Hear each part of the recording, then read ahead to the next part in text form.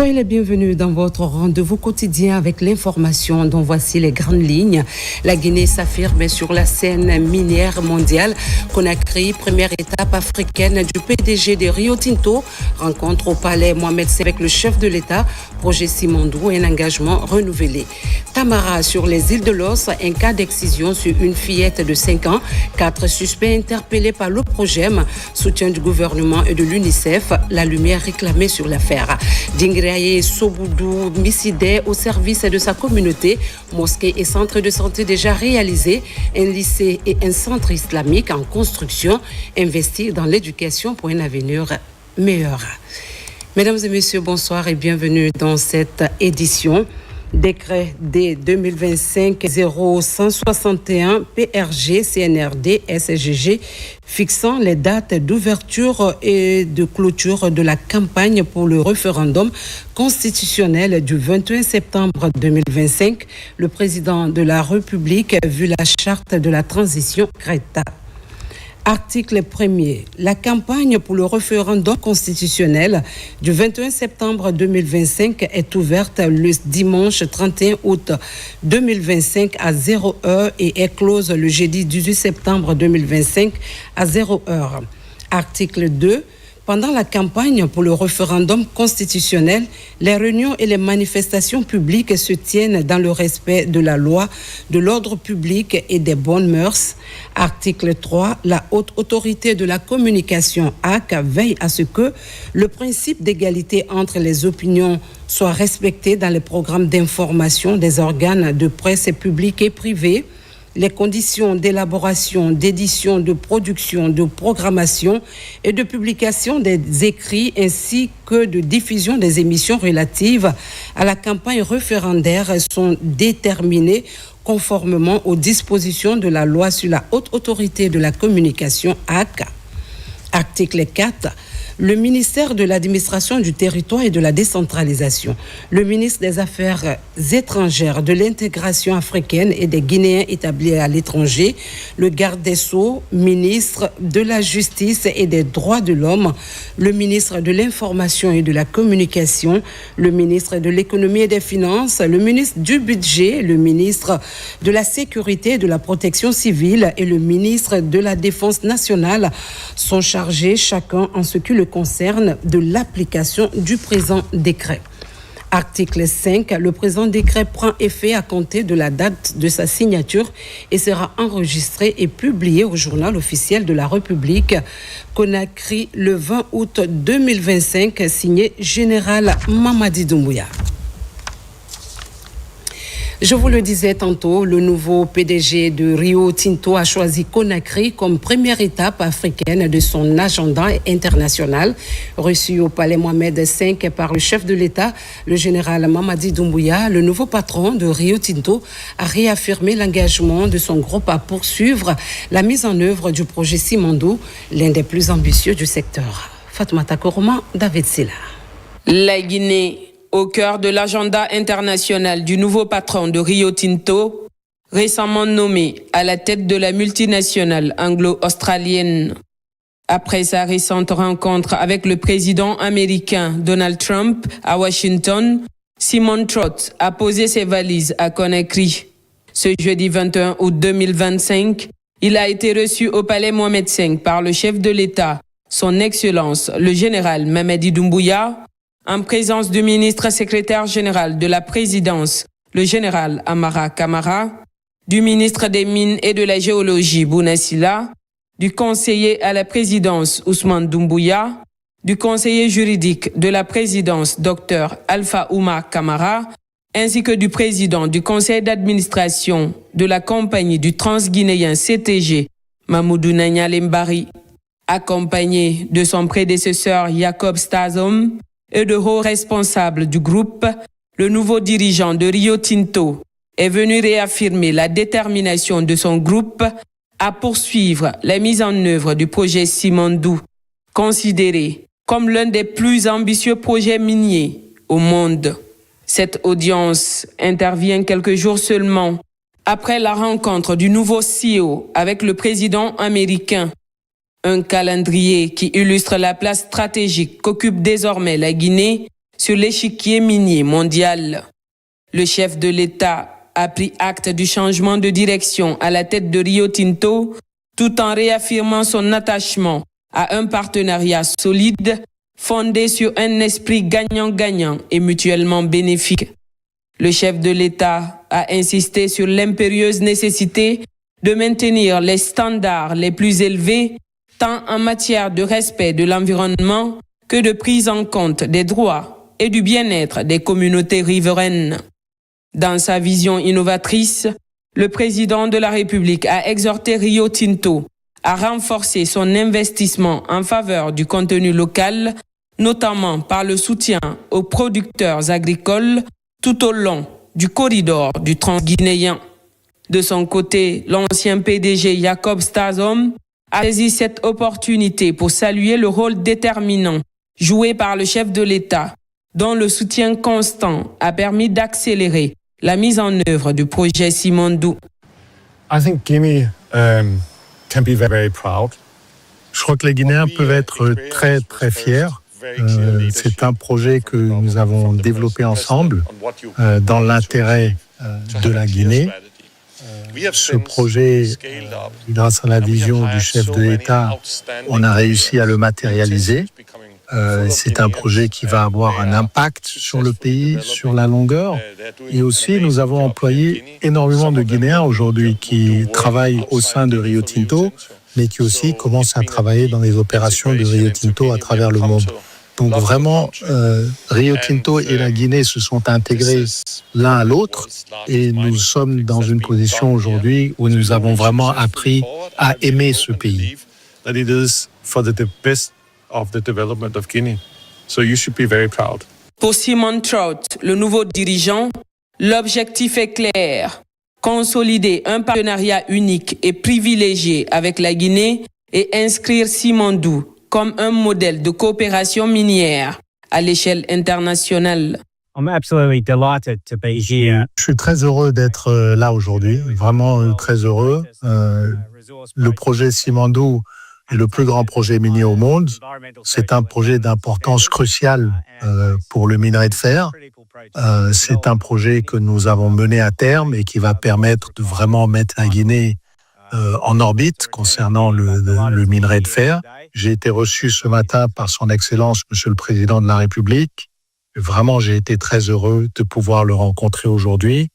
Je vais revenir en Guinée. Ce ne sera pas ma première visite, mais je suis vraiment très heureux d'être là aujourd'hui. Je crois que la force d'un partenariat, comme tous les partenariats, en particulier ce partenariat avec la Guinée, c'est le fait qu'on puisse avoir des conversations qui sont ouvertes, transparentes, qu'on puisse se parler, qu'on travaille ensemble et on se réunit autour d'une vision commune de ce que Simandou pourrait être dans 5, 10, 15, 20 ans. Pour les principaux acteurs du projet, cette première visite sur le continent africain du PDG entrant de Rio Tinto traduit l'importance accordée à la vision du chef de l'État et au rôle central du comité stratégique Simandou, dirigé par le ministre directeur de cabinet de la présidence Djiba Diakité, véritable bras opérationnel de la transformation de ce méga-projet en vecteur de développement durable et inclusif. Le CEO entrant et le CEO sortant ont tenu à ce que M. le Président de la République le reçoive avant que M. Simon ne entre en fonction le lundi prochain, soit le 25. Cela démontre à suffisance l'importance que le groupe Rio Tinto accorde au leadership, à la vision du Président de la République, mais également l'importance du projet Simandou dans son portefeuille. Et lors de cette audience, le Président de la République a rappelé que depuis le 25 mars 2022, qui est la date de signature de l'accord cadre pour le co-développement des infrastructures de projet Simandou, et Rio Tinto, conformément à ses engagements pris par son CEO de l'époque, M. Jacob, a respecté ses engagements parce que le projet entrera en exploitation à la fin de cette année, conformément aux accords, mais également la prise en compte du contenu local, car c'est ce qui permettra de réduire la pauvreté en Guinée. Et contenu local, c'est 3 axes conformément à la vision du Président de la République: donner des opportunités des emplois aux Guinéens, donner des opportunités d'affaires aux entreprises à capitaux guinéens, la formation et le transfert de technologies en faveur des Guinéens. mais également la question de la transformation sur place de minerais en acier, de 500 000 tonnes d'acier ou 2 millions de tonnes de pellets, conformément aux accords. Et en plus de ça, il a indiqué que Rio Tinto devra accompagner la vision du programme Simandou 2040, notamment en 5 piliers 1 pour le développement agricole, le long du corridor, pour pouvoir aider les agriculteurs et fermiers qui se trouvent le long du corridor, ce qui permettra de réduire la pauvreté et d'avoir un développement durable et long terme pour notre pays, car c'est un projet long terme. Comme il a indiqué, c'est un projet stratégique, c'est un projet économique qui devra s'inscrire dans la vision de la Guinée et à ce titre que lui-même, en tant que principal chef de projet, et il donnera des instructions fermes au comité stratégique du projet Simandou et à son président, M. Djiba Diakité, et au gouvernement pour que, ensemble, qu'on continue à accompagner Rio Tinto dans ses investissements afin de diversifier ses investissements en Guinée, car il démontre à suffisance que la Guinée, c'est un pays prioritaire pour le groupe Rio Tinto. Au-delà des chiffres et des contrats, cette visite résonne comme un symbole, celui d'une Guinée qui s'affirme, qui inspire confiance et qui attire désormais les plus grands acteurs de l'industrie mondiale. Dans la vision du chef de l'État, son Excellence le général Mamadi Doumbouya, ce projet dépasse la simple exploitation minière. Il incarne un héritage à transmettre aux générations futures. Une Guinée debout, maîtresse de ses ressources, capable d'allier modernité, développement et respect de ses valeurs. Restons encore avec Fatoumata Kourouman. Après les inondations à Conakry et Sigiri, l'éboulement à Dubreka et le glissement de terrain de Manéa, le gouvernement s'est réuni en urgence au Petit Palais afin de coordonner la réponse aux catastrophes et de préparer des mesures de prévention durables. Suivez. La Guinée fait face depuis plusieurs jours à une série de catastrophes naturelles. Inondations à Conakry et à Sigiri, éboulement à Dubreka, puis plus récemment, un glissement de terrain à Manéa, dans la commune urbaine de Koya.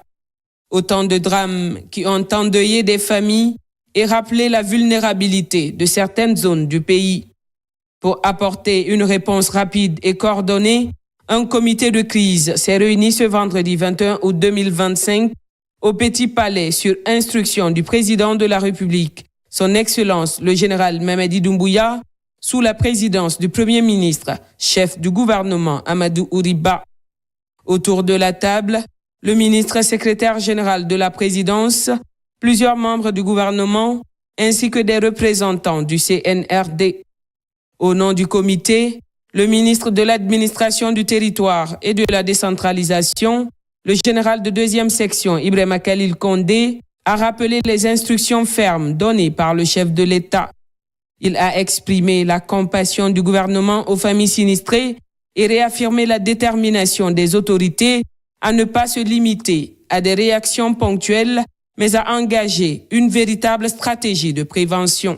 Hier nuit, il y a eu un glissement de montagne dans la commune de Manéa qui a causé la mort de 15 de nos concitoyens, 11 blessés, 10 portés disparus. Mais parmi tous ces cas, les services d'urgence ont réussi à extraire 3 portés disparus. L'Agence nationale de gestion des urgences et catastrophes humanitaires était, n'est-ce pas, à pied d'œuvre pour recenser ces différents cas que je viens de citer et les services des différents départements de la défense nationale, de la sécurité, de la protection civile, de la santé étaient tous réunis. Et c'est pourquoi aujourd'hui le président de la République a ordonné au Premier ministre de convoquer une réunion de crise. Cette réunion de crise a réuni les ministres qui ont la charge de gérer, n'est-ce pas, ces différents services techniques. Les dispositions ont été prises d'abord pour le maintien de ce comité de crise pendant cette période hivernale qui doit se retrouver permanemment pour la gestion des nouvelles cas que nous ne souhaitons pas. Et il faut reconnaître aussi que les blessés qui ont été déjà évacués dans les centres hospitaliers sont déjà pris en charge et sont sous traitement intensif. Et ensuite, les cas de mort qui ont été enregistrés sont dans les morgues et sont traités dignement. Toutes les dispositions nécessaires sont prises par le gouvernement pour éviter de tels cas à l'avenir. Le ministre porte-parole du gouvernement a, pour sa part, insisté sur la régularité des concertations à venir. Le comité se réunira autant de fois que nécessaire jusqu'à ce que des solutions durables soient mises en œuvre. Notre pays, comme vous le savez, a connu plusieurs catastrophes à Conakry, où il y a eu beaucoup de morts, à Sigiri, des dégâts matériels assez importants. Et ces derniers jours, à Manéa, où un glissement de terre a emporté des biens et des vies. Donc, suite à tout ceci, donc, ce comité de crise a été convoqué. Le Premier ministre l'a présidé. Plusieurs ministres étaient autour de la table et des représentants des forces de défense et de sécurité qui se sont mobilisés donc, pour échanger sur ci et faire le point de la situation et informer plus largement les populations sur les dispositions qui sont prises et aussi inviter les populations à plus de prudence parce que les précipitations vont continuer dans les prochains jours et les zones inondables ou qui sont au flanc des montagnes sont des zones à risque. Inviter donc les populations à être vigilantes et à faire attention lorsque les pluies connaissent des niveaux assez élevés. Donc, et puis présenter aussi par la même occasion au peuple de Guinée les messages de condoléances du chef de l'État. Un communiqué donc a sanctionné cette rencontre aujourd'hui et il va se réunir chaque fois que les besoins se feront sentir pour prendre les dispositions urgentes, rapides pour venir au secours de nos populations sinistrées. La présence de certains membres du gouvernement n'est pas fortuite, car chacun des départements ministériels ici présents a un rôle déterminant dans cette riposte collective. Le ministère de la Sécurité et de la Protection civile, en première ligne pour poursuivre ses opérations de secours et renforcer les dispositifs d'alerte et de prévention dans les zones à risque. Le ministère de l'Habitat et de l'Urbanisme est appelé à lutter contre les constructions anarchiques et à mettre en place un plan de restructuration urbaine adapté à la croissance rapide des villes. Le ministère de la Promotion féminine et des personnes vulnérables devra garantir l'accompagnement des familles sinistrées depuis l'aide d'urgence jusqu'à la réinsertion des plus fragiles. Quant au ministère de l'Administration du territoire, qui est chargé d'assurer la coordination entre l'État central et les collectivités locales afin que celles-ci disposent des moyens nécessaires pour anticiper et gérer efficacement les crises. Au-delà de l'urgence humanitaire, cette réunion illustre une volonté claire du gouvernement: transformer la douleur des sinistres en leçon collective et bâtir une réponse nationale plus résiliente face aux catastrophes naturelles. Dans l'actualité également, le Conseil national de la transition a tenu une plénière présidée par Dr Dansako Rouman. Les travaux ont porté sur 2 textes, le projet de loi sur la promotion et la protection des droits des personnes en situation de handicap et la rectification de l'accord de financement du projet de transformation du système de santé. Les détails avec Abdoulaye Diallo. Au cours de cette plénière, 2 textes sont soumis pour examen et délibération. Le premier porte sur la ratification de l'accord de financement du projet de transformation du système de santé. Cet accord de prêt et de don d'une enveloppe cumulée de 95 millions de dollars américains avait déjà été approuvé par le CNT. Cependant, au niveau du décaissement auprès de la Banque mondiale, le montant de la partie prêt et celui du don ont été cumulés dans la formulation de la loi. Après examen, le CNT a apporté les corrections recommandées par le bailleur. Et autorisé la ratification de l'accord de financement crédit IDA numéro 7635-GN d'un montant de 85 millions de dollars américains entre la République de Guinée et la Banque internationale pour la reconstruction et le développement de l'Association internationale de développement IDA. Et 2.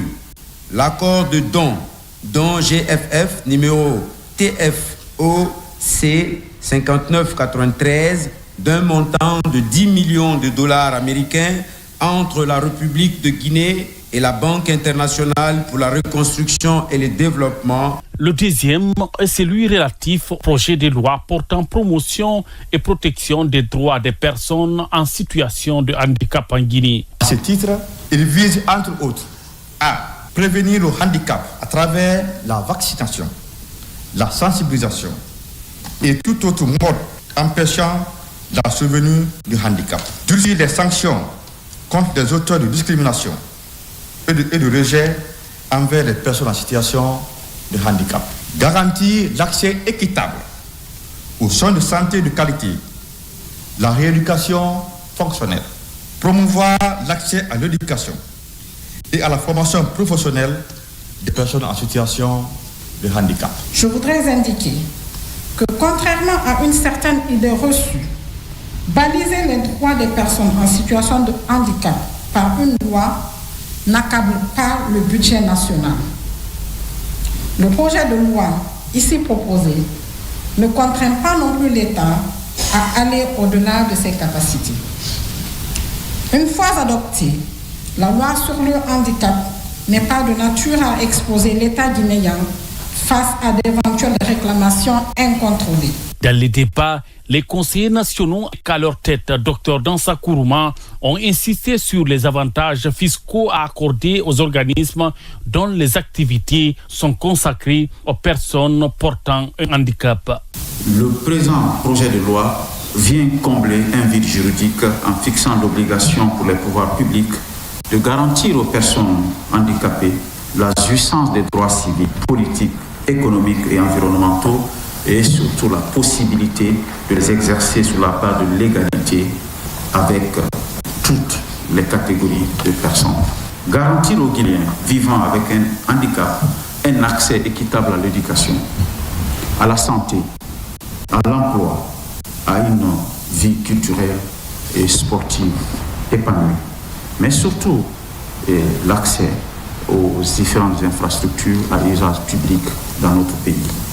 C'est aussi de renforcer la lutte contre toute forme de discrimination, d'exclusion, voire même d'ostracisme à l'endroit de ses compatriotes.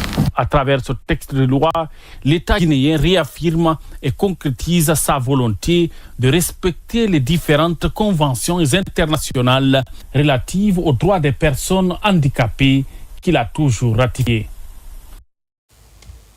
À Tamara, sur les îles de Los, une fillette de 5 ans a été victime d'excision. 4 personnes ont été interpellées par le PROGEM et le service central de protection des personnes vulnérables. La ministre de la Promotion féminine, aux côtés de la représentante de l'UNICEF, a exprimé le soutien du gouvernement à la petite Mariama Souma. Mohamed Kamara. C'est une pratique récurrente pendant cette période des grandes vacances. À Tamara, dans les îles de Los, une fillette de 5 ans est victime d'un cas d'excision. L'acte est perpétré par la grand-mère de la victime et ses complices. Alerté, le PROGEM, Office de protection du genre, de l'enfance et des mœurs et le service central de la protection des personnes vulnérables en synergie d'action ont procédé à l'interpellation de 4 personnes, dont la grand-mère de Mariama Souma, la victime. On l'a reçue dans un état de choc. Elle avait beaucoup saigné après la mutilation. Et ce qui a été fait, c'était de la stabiliser, la maintenir en vie. Et actuellement, elle suit les traitements comme des soins locaux et nous planifions la reprendre la semaine prochaine, voir ce qui est possible de réparer. Cette forme de mutilation génitale a provoqué des soucis de santé chez Mariama Souma. Actuellement, elle est admise à l'hôpital Niasdine pour des soins. C'est une situation très, très triste. On vient de visiter la petite fille. elle est prise en charge, ça c'est l'important, ça c'est l'essentiel. Le gouvernement vraiment, il tient à suivre tous les cas, prendre en charge les cas, ces aspects médicaux et tout ça, mais suivi surtout aussi l'aspect psychologique des supports. L'UNICEF accompagne le gouvernement et félicite vraiment tous les pas que le gouvernement prend en ce qui concerne l'excision. Je suis vraiment très peinée de voir cette petite fille de 5 ans, innocente, qui se retrouve complètement mutilée. On pensait que l'excision traditionnelle était vraiment derrière nous. C'est pour ça que j'ai tenu à venir voir cette fillette, à passer un message fort auprès de nos communautés, vraiment pour arrêter cette pratique néfaste. Le projet de la nouvelle constitution, dans son article 9, martèle avec force que l'intégrité physique et morale de chaque être humain est sacrée. Le programme Simondo 2040 a été mis en avant au panel de la TICAD 9. Ces 2 derniers jours, le ministre du Plan et de la Coopération internationale a porté haut le programme Simondo 2040, vision du chef de l'État. Avec le PAM et des entreprises japonaises, il a défendu les réformes engagées par le CNRD. Omar Bari. À l'occasion du 2e et dernier jour de la 9e édition de la conférence internationale de Tokyo sur le développement de l'Afrique TICAD, le ministre du Plan et de la Coopération internationale Ismaël Nabé a poursuivi un agenda bilatéral intensif, renforçant les perspectives de coopération entre la Guinée et le Japon, ainsi que d'autres partenaires techniques et financiers. La journée du jeudi a démarré par une rencontre de haut niveau avec une dizaine de parlementaires japonais, présidents de diverses commissions, mines, environnement, sécurité, agriculture, infrastructure, pêche. Le ministre Ismaël Nabé a partagé la vision du président de la République, son Excellence le général Mamadi Doumbouya, et a invité ses élus à participer à une table ronde prévue à Tokyo avant fin 2025. Cette rencontre portera sur les opportunités d'investissement dans le cadre du programme Simandou 2040, vision du chef de l'État destinée à faire de la Guinée un pays développé. Les parlementaires nippons ont unanimement salué et soutenu cette initiative stratégique. Le ministre du Plan, Ismaël Nabé, a ensuite tenu des échanges prometteurs avec les responsables de Nippon Electronic Corporation NEC, acteur majeur mondial dans les domaines de l'électronique, de l'informatique et des télécommunications. NEC envisage de s'implanter en Guinée afin de proposer des solutions innovantes, notamment en matière de sécurité et de digitalisation. In the area of ICT and digital in general. En tant qu'une entreprise qui est spécialisée en technologie digitale et la connaissance faciale, nous voulons intervenir dans le secteur de la sécurité en République de Guinée. Et c'était une grande opportunité aujourd'hui de rencontrer le ministre du Plan et de la Coopération internationale. Nous avons fait une visite avant avec le ministère de la Sécurité en République de Guinée. Et avec nos échanges avec le ministre de la Sécurité, et nous avons trouvé qu'il y a des opportunités en Guinée dans lesquelles nous pouvons intervenir par rapport à la sécurité. Le ministre Ismaël Nabé a réaffirmé la volonté du gouvernement guinéen sous le leadership de son Excellence le général Mamadi Doumbouya de développer rapidement le secteur des télécommunications en apportant des alternatives concrètes aux besoins croissants des populations conformément au 3e pilier du programme Simandou 2040. Le ministre Ismaël Nabé s'est également rendu au bureau du programme alimentaire mondial PAM à Tokyo pour échanger avec sa directrice exécutive, Madame Cindy McCain. To speak with your minister. Je suis très honorée d'avoir discuté avec le ministre. On est très content de notre partenariat avec le pays de la Guinée. On est très intéressé à voir comment on peut augmenter notre collaboration, particulièrement dans les domaines de l'agriculture, des cantines scolaires. Et c'est vraiment de voir comment ensemble on peut davantage mettre notre collaboration à l'échelle. Large part the minister's activity on this. En marge de la TICAD, le ministre Nabé a participé au forum sur le logement, la construction et le développement urbain, réunissant décideurs africains et institutions internationales. On avait eu l'honneur d'être reçu par les parlementaires japonais, une dizaine de parlementaires. Et l'objectif principal de cela, c'est de parler de la refondation qui est en cours et la transformation prônée par son excellence Mamadi Doumbouya, chef de l'État, président de la République de Guinée. Mais au-delà de cela, nous avons compris l'engouement, mais aussi l'amour que ces parlementaires-là ont pour la Guinée, mais aussi à notre leader, le président de la République. Et avec le programme Simandou 2040, on s'est rendu compte que les 5 piliers étaient représentés par les chefs des commissions parlementaires. Quand vous prenez l'agriculture, le commerce et l'industrie, le président de la commission de l'agriculture dans la Grande Douma, qui fait office de l'Assemblée nationale japonaise, était représenté là. Nous avons l'éducation était aussi représentée, nous avons les infrastructures représentées, nous avons la sécurité qui a été représentée, l'économie aussi représentée. Donc on a compris que nos amis japonais ont vraiment étudié l'ambition, la vision du chef de l'État qui est le programme Simandou 2040. En ce qui concerne l'organisation avant la fin de cette année de la table ronde pour le financement du programme Simandou 2040, et ils se sont montrés vraiment enthousiastes, ils sont prêts à venir et aussi mobiliser des entreprises japonaises pour venir parler de la refondation en cours en République de Guinée. Enfin, le ministre Nabé a pris part à plusieurs panels organisés par le PNUD et la JICA, agence japonaise de coopération internationale, autour de thématiques clés comme construire un environnement d'investissement durable et faire progresser la finance du développement proposé par le PNUD, co-construire la société de demain avec l'Afrique, réaliser les ODD et au-delà présentés par la JICA. Lors de son intervention, le ministre Ismaël Nabé a exposé les progrès réalisés dans le cadre de la refondation lancée depuis 2021 par son Excellence le général Mamadi Doumbouya. Il a mis en lumière les indicateurs macroéconomiques positifs, la relance du projet intégré mine infrastructure Simandou, ainsi que les ambitions portées par le programme Simandou 2040, destiné à assurer un développement socio-économique durable et responsable pour les 15 prochaines années. Nous étions honorés d'être sur ce panel aujourd'hui avec le ministre Nabé. Vraiment, nous avons été très impressionnés par la présentation qu'il a faite de Simandou 2040. Vraiment du programme de développement et de promotion des investissements que le gouvernement de la Guinée est en train de mettre en place. Je pense qu'en fait, l'audience a bien accueilli cette présentation. C'était une très belle expérience, très intéressant d'entendre Monsieur le ministre parler de l'expérience de la Guinée en termes de credit ratings, comment ils attirent les investisseurs. Et je pense que de présenter ce projet Simandou au reste du monde, c'était une chose extrêmement importante. C'est un projet qui est l'espoir de la Guinée aujourd'hui, et je pense que c'est un projet que le reste du monde doit connaître, parce que la Guinée est un pays avec un avenir incroyable. La participation du ministre Ismaël Nabé à la TICAD 2025 a non seulement permis de renforcer la visibilité de la Guinée sur la scène internationale, mais aussi de poser les jalons de futurs partenariats structurants avec le Japon et d'autres partenaires techniques et financiers.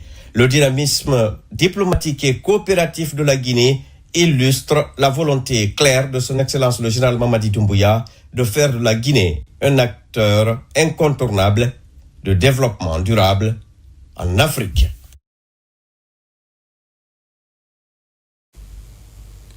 Dans un autre registre, la 4e édition de la Semaine nationale du mérite scolaire tirait son clap de fin ce samedi à Conakry. Une semaine dédiée à récompenser le mérite et à célébrer l'excellence. Les inspecteurs régionaux de l'éducation ont également reçu des véhicules remis par le ministre Jean-Paul Sédi.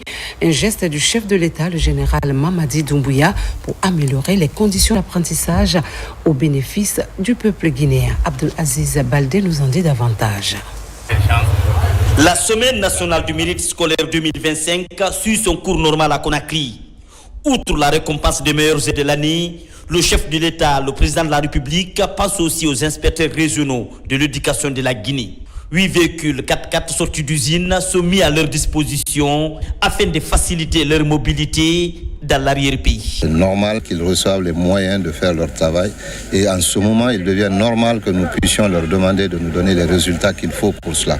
Donc je suis très heureux, au nom du président de la République, au nom du chef du gouvernement, de pouvoir mettre à leur disposition un outil pratique de simple logistique pour le moment, et qu'à partir de là, ils puissent eux-mêmes implémenter le travail à faire et rendre la partie pédagogique, la partie administrative de leur service, et pour qu'ils donnent de meilleurs résultats dans l'intérêt des enfants de Guinée. Cet appui du gouvernement vise à améliorer les conditions nécessaires pour un enseignement-apprentissage de qualité. Ces différents moyens logistiques visent à encourager le bon travail à milieu scolaire. Gundara Gawal, je ne partais pas, simplement parce que je n'avais pas de véhicule. Mais les véhicules me permettront de faire l'ouverture à Kundara et de venir à Gawal. Au nom de tous les inspecteurs des 8 régions, nous les remercions très sincèrement et nous leur promettons que ces véhicules seront utilisés à bon escient. Ces différents inspecteurs régionaux de l'éducation de la Guinée sont désormais outils pour faire face à un bon résultat. Cette volonté du gouvernement va s'étendre dans les autres structures déconcentrées du pays. Mesdames et messieurs, pour être plus complet, nous recevons ce soir M. Abbas Kamara, chef de cabinet du ministère de l'Enseignement préuniversitaire et de l'Alphabétisation. Il est également commissaire général de la Semaine nationale du mérite scolaire, une initiative présidentielle qui célèbre l'excellence et les meilleurs des meilleurs dans le système éducatif guinéen. À noter que cette 4e édition se clôture demain samedi. Bonsoir, M. Kamara. Bonsoir, madame. Dites-nous quel est l'objectif principal de cette initiative présidentielle. Merci bien, madame. Je suis très honoré d'être sur le plateau de la RTG 20h30. Et la Semaine nationale du mérite scolaire, la SENAMSCO, est une initiative présidentielle du président de la République qui a été consacrée par décret présidentiel en janvier 2022. C'est pour promouvoir le mérite et l'excellence dans le milieu scolaire, pour faire redorer un peu le blason du système éducatif, mais surtout mettre en exergue les meilleurs élèves, les meilleures écoles et les meilleurs enseignants pour qu'on puisse savoir que l'éducation est le pilier fondamental de notre développement. Donc cette reconnaissance institutionnelle qui a été consacrée par décret de janvier 2022 est une initiative présidentielle que je disais tantôt. Donc c'est une tradition républicaine qui a été restaurée aujourd'hui, qui est une priorité du gouvernement pour redorer un peu le système éducatif. Quel est l'impact de cette semaine du mérite a-t-elle sur les jeunes et sur le système éducatif? Merci bien. L'impact premier du système éducatif, de la SENAMSCO, déjà c'est pour célébrer les meilleurs. Il est extrêmement important pour nous aujourd'hui qu'on puisse restaurer la culture du mérite et de l'excellence au niveau du pays. Donc c'est une initiative présidentielle, comme je le disais tantôt. Cette fois-ci, le slogan qui a été retenu, c'est « La Guinée célèbre le mérite scolaire ». Donc c'est les lauréats des examens nationaux, des différents examens nationaux, les CEE, le brevet et le bac, qui vont être célébrés pour que des jeunes Guinéens puissent prendre l'exemple sur les plus méritants, pour que l'excellence et le mérite soient au cœur même de la préoccupation juvénile, pour qu'on puisse savoir que le travail et l'effort payent toujours. Donc c'est cet exemple-là que Monsieur le Président de la République ainsi que le ministre Jean-Paul Sidi a voulu traduire en actes concrets pour qu'on puisse célébrer la SENAMSCO qui est au niveau de sa 4e édition cette année. Donc, il n'y a pas que les élèves seulement qu'on récompense, on cherche aussi le meilleur avec les encadreurs. On a vu tout à l'heure que le ministre Jean-Paul Sidi a remis des pick-up aux inspecteurs régionaux au nom du président, bien sûr, de la République. Comment ce soutien se traduit-il pour les inspecteurs? Pour les inspecteurs, il est extrêmement important qu'on puisse dire qu'aujourd'hui, vous avez vu le documentaire qui est passé, le reportage plutôt qui est passé, c'est 11 véhicules qui ont été donnés au ministère de l'Enseignement préuniversitaire. Donc le ministre Jean-Paul Sidi a jugé nécessaire de renforcer la mobilité des inspecteurs régionaux. Vous n'êtes pas sans savoir aujourd'hui que la plupart de nos inspecteurs régionaux ont 4 ou 5 directions préfectorales à leur charge. Donc pour renforcer les mobilités sur le terrain, vous avez suivi l'inspectrice régionale de Boké qui a du mal par exemple à partir à Boké, à Koundara, parce que les moyens logistiques n'étaient pas adaptés. Ils avaient des moyens logistiques qui datent de plus de 10 ans. Donc l'initiative présidentielle nous a aidé aujourd'hui à avoir ces véhicules qui ont été mis à la disposition des inspecteurs. Nous attendons aussi d'autres véhicules qui vont être mis à la disposition des directeurs communaux, des directeurs préfectoraux. En plus de cela, madame, il faut retenir qu'il y a 3 à 4 mois de cela, nous avons reçu plus de 300 motos pour les délégués scolaires de l'élémentaire, qui sont plus de 350 repartis sur tout le territoire national, ce qui nous a permis aussi de renforcer les capacités opérationnelles sur le terrain. D'accord. Et la clôture est prévue demain samedi. Avant cela, un message à adresser aux jeunes qui aspirent à l'excellence dans leurs études? Merci bien. La SENAMSCO, comme on le disait, c'est la 4e édition en 2025. Donc c'est une culture de mérite que nous voulons instaurer sous l'impulsion du premier magistrat de ce pays, le général Mamadi Doumbouya. Hier, nous avons été reçus aussi par le premier ministre, chef de l'État, Amadou Oriba, qui a été un ancien lauréat de bac en série mathématiques, qui a prodigué des conseils. Donc ce sont ces partages d'espérance que nous voulons faire partager aux jeunes de Guinée pour qu'ils comprennent aujourd'hui que le mérite et l'excellence est extrêmement important pour nous. Si nous voulons nous développer aujourd'hui, il faudrait que nous ayons un capital humain vraiment adapté, prêt à répondre aux préoccupations majeures du développement. C'est pour cela demain, ça va être la clôture de la SENAMSCO qui est prévue à 17h à l'hôtel Radisson, où l'ensemble des acteurs du système éducatif seraient invités pour qu'on puisse célébrer, en plus des élèves, les anciens les plus méritants et les enseignants aussi qui sont à la retraite ou qui sont décédés, qui titre posthume que nous avons nommé les icônes du ministère de l'enseignement préuniversitaire. D'accord. Merci M. Abbas Kamara d'avoir répondu à notre invitation. Pour rappel, vous êtes chef de cabinet au ministère de l'enseignement préuniversitaire et de l'alphabétisation, ainsi que commissaire général de la Semaine nationale du mérite scolaire. Ne partez pas, restez avec nous pour parler encore de la qualification du système éducatif. Les initiatives se multiplient pour améliorer le niveau des jeunes élèves. Dans la commune de Dixine, un concours de vacances littéraires a réuni 44 candidats autour de la poésie, de la lecture et de l'expression artistique. 6 lauréats ont été retenus pour incarner l'excellence. Aboubakar Diaby. À Conakry, les lampions se sont éteints en apothéose sur la première édition du concours vacances littéraires. Organisée ici dans la commune de Dixine, cette compétition scolaire vise à mettre en lumière les compétences des jeunes dans plusieurs domaines de formation, notamment la lecture, la poésie et l'expression artistique. L'objectif est d'occuper et former les élèves pendant ces vacances scolaires. À travers ce type d'activité, bien que ce soit en période de vacances, ça nous permet, en tant qu'acteurs publics au service de l'éducation, de jauger le niveau des élèves. Et franchement, nous avons été émerveillés.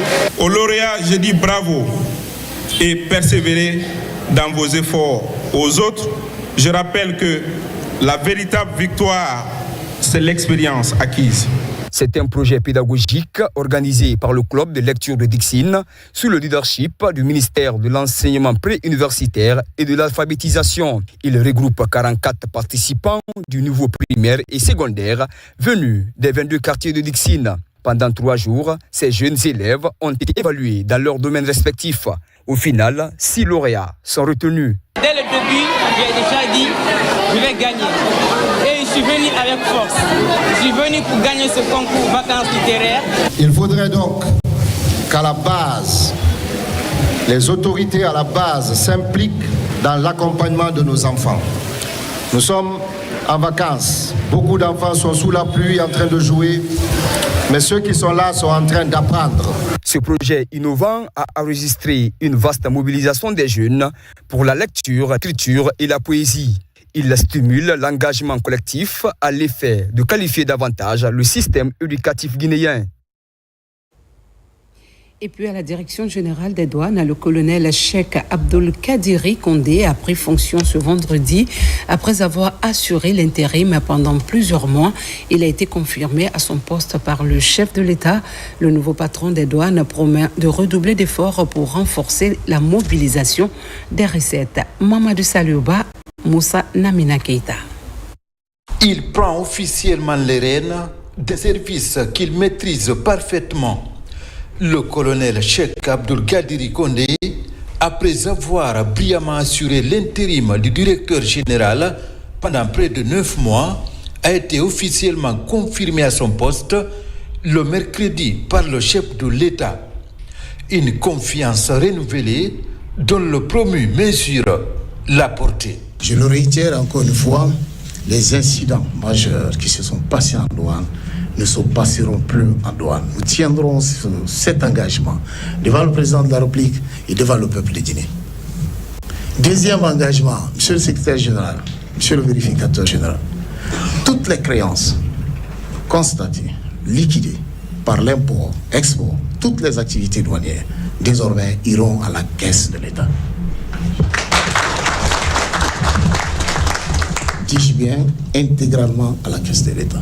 Avec son expérience et sa maîtrise du terrain, le nouveau directeur général des douanes et son équipe vont désormais redoubler d'efforts pour mobiliser les recettes fiscales et améliorer la performance de son service au bénéfice de l'économie nationale.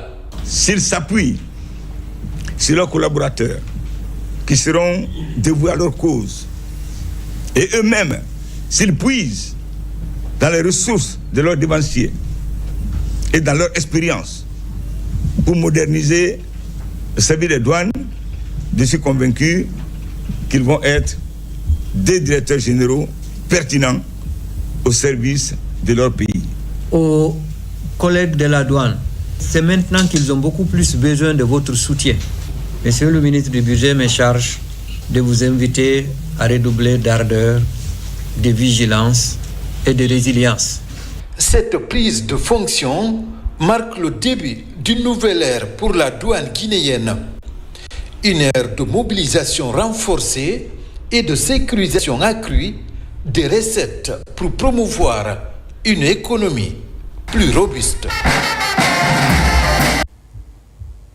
Alors que les paiements en espèces dominent encore dans les stations-service, la SONAP veut passer au numérique.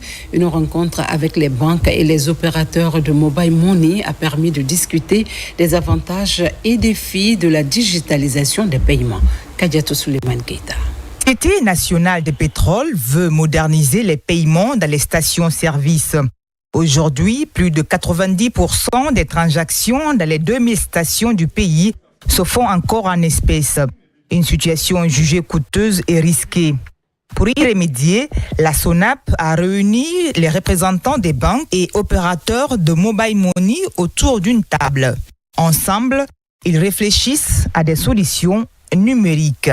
Avec les partenaires, notamment les banques à travers l'APB et des entreprises de monnaie mobile, nous avons tenu une réunion pour parler des défis et des avantages de la digitalisation des stations-service qui, comme vous le savez, manipulent beaucoup de cash.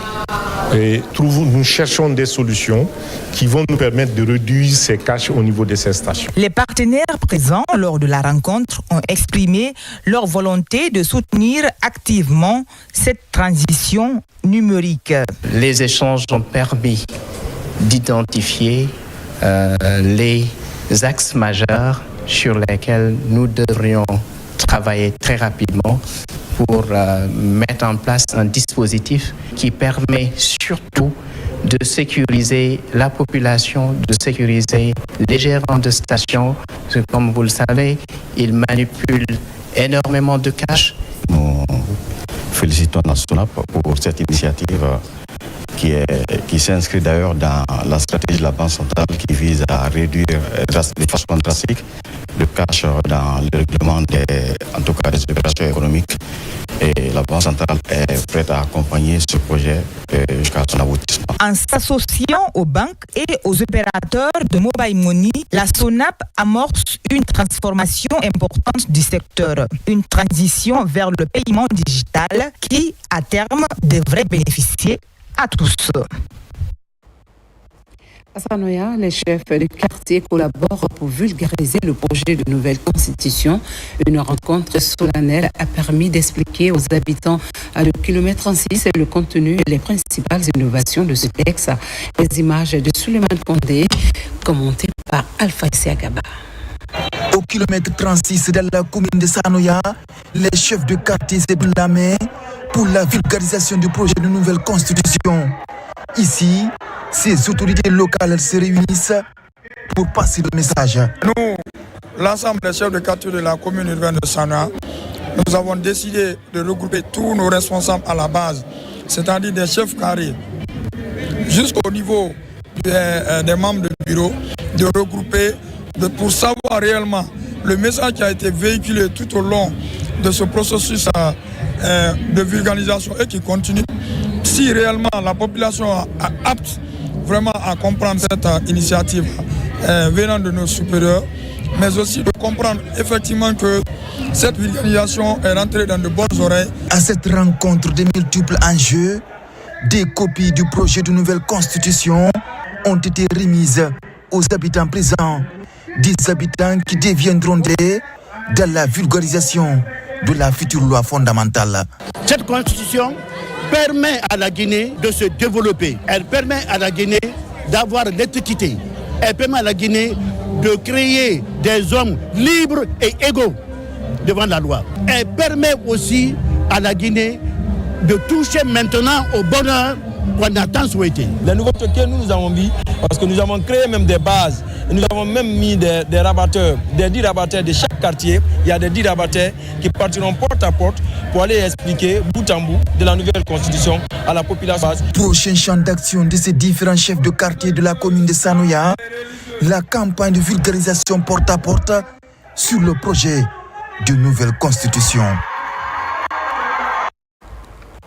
À Dinguiraye, les fils ressortissants du secteur de Soboudou, Missidé, s'investissent dans le développement communautaire. Plusieurs infrastructures de base comme des mosquées et des centres de santé ont déjà été réalisées pour soutenir l'éducation locale. Ils ont également lancé la construction d'un lycée et d'un centre islamique. Ibrahima Oulé Fofana, reportage. Dans le secteur de Soboudou, Missidé, nous sommes dans la préfecture de Dinguiraye, un village de la sous-préfecture de Selouma, en pleine mutation avec la réalisation de plusieurs infrastructures sociales de base. Au-delà de cette mosquée, ce centre de santé, cette école primaire et le logement des enseignants, un lycée moderne avec une direction et un centre islamique vont bientôt sortir de terre. Je remercie d'abord le président de la République, Mamadi Doumbouya, pour le maintien de la paix en Guinée. Car si vous entendez la construction des écoles et des mosquées, parce qu'il y a la paix. Parents qui sont là. L'école qui sera implantée, c'est pour nos enfants, c'est pour nos frères. Et ça, c'est que cette école doit être entretenue. Tous ces efforts consentis relèvent des efforts conjugués des fils ressortissants pour changer l'air dans ce secteur du district de Wala Wala. Cette cérémonie de pose de première pierre est un cadre de communion et surtout de promotion du vivre ensemble à Dinguiraye. Des infrastructures scolaires qui seront inaugurées avant la prochaine reprise des cours. On a réfléchi pour réaliser cette infrastructure. Pas pour nous seulement, c'est pour faire bénéficier la sous-préfecture jusque la préfecture. C'est une initiative qu'on salue. Parce qu'il y a un problème. On n'a pas d'enseignants. Moi, j'ai 79 classes, mais il n'y a qu'une quarantaine d'enseignants. Les habitants de la localité comptent pérenniser ces acquis et les fils ressortissants ont en perspective d'autres projets de développement. Cette édition touche à sa fin. En cette période de pluie intense, la vigilance et le respect des consignes sont notre meilleure protection contre les catastrophes. Prenons soin de notre famille, de notre environnement pour que la Guinée, notre paradis, terre de richesse et d'innovation, reste un lieu sûr et prospère. Merci de votre fidélité et agréable soirée à tous.